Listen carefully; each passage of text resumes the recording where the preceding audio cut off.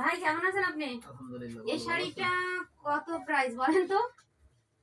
৩,০০০ টাকার মতো পড়বে। ৩,০০০। আপনি বিক্রি করার মতো একটা দাম বলেন। এগুলো ৩,০০০ টাকায় বিক্রি হয়। শাড়িটা অনেক সুন্দর না? জি, পরলে তো ভালো দেখা যাবে, তাই না? জি। তা আপনি কি এটার ভিতরে আরো কালার আছে। এগুলো নিতে পারেন। এটা রেড কালার?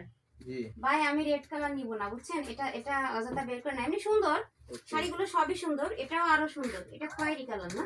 জি, আচ্ছা, এটা বেনারসি? জি। আচ্ছা থাক, এটা দেখি ভাই, এটা দেখি। আমি এবার দোকানে আসলে বেশি দেখি না, আমার যেটা চয়েস হয় আমি এটাই নিই, বুঝছেন?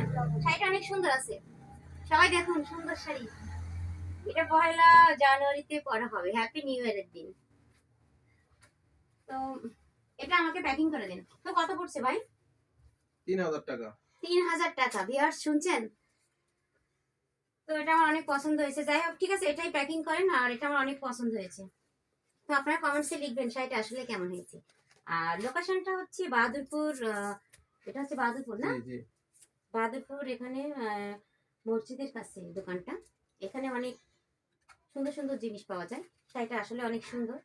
আর আপনারা এখানে আসবেন।